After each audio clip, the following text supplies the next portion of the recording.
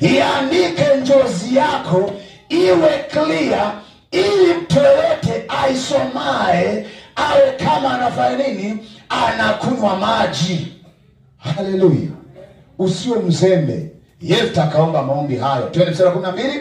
Basi Yefta akatuma wajumbe waende kwa mfalme wa wana wa Amoni, akasema, je, wewe una nini? Tusome wote kama na Biblia, soma, acha uzembe. Ndio maana umekuja hapa. Hapo umekuja kazini. Magufuli alituachia usemi wa kinabii. Unapokuja kanisani umekuja wapi?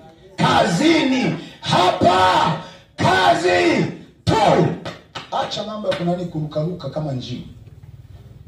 Kama hujui kusoma, sikiliza neno la Mungu. Basi Yefta akatuma wajumbe waende kwa mfalme wa wana wa Amoni, akasema, je, wewe una nini nami hata umenijiria kupigana juu ya nchi yangu? Mfalme wa wana wa Amoni akawajibu hao wajumbe wa Yefta, kwa sababu Israeli waliitoa nchi yangu hapo walipokwea kutoka katika nchi ya Misri, tokea Arnoni mpaka Yakobi na hata Yorodani. Basi sasa rudisha hizo nchi tena pasipo matata. Sasa unaona Yefta anatuma ujumbe kwa wale watu ambao wamekuja wanataka kuipiga nchi. Anatoa maagizo, achieni nchi, acheni vita. Kumbe kuna ugomvi tangu wana wa Israeli wanatoka wapi? Misri.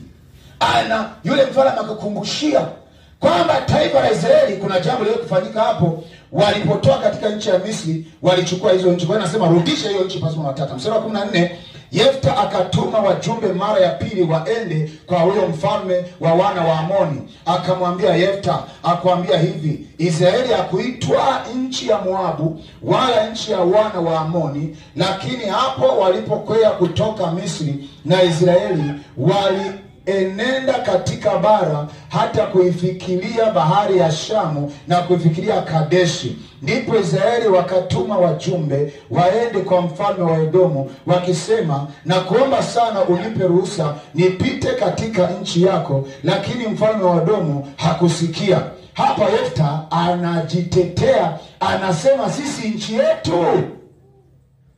Unajua kuna kitu shetani anaweza kukuonea. Nisikilize. Kuna kitu ambacho password shetani akiifunga hivi, unamhitaji Yefta, unamhitaji mtu mwenye Roho Mtakatifu. Huko utakuja kuangalia Yefta aliyekuja kuamua ile kesi.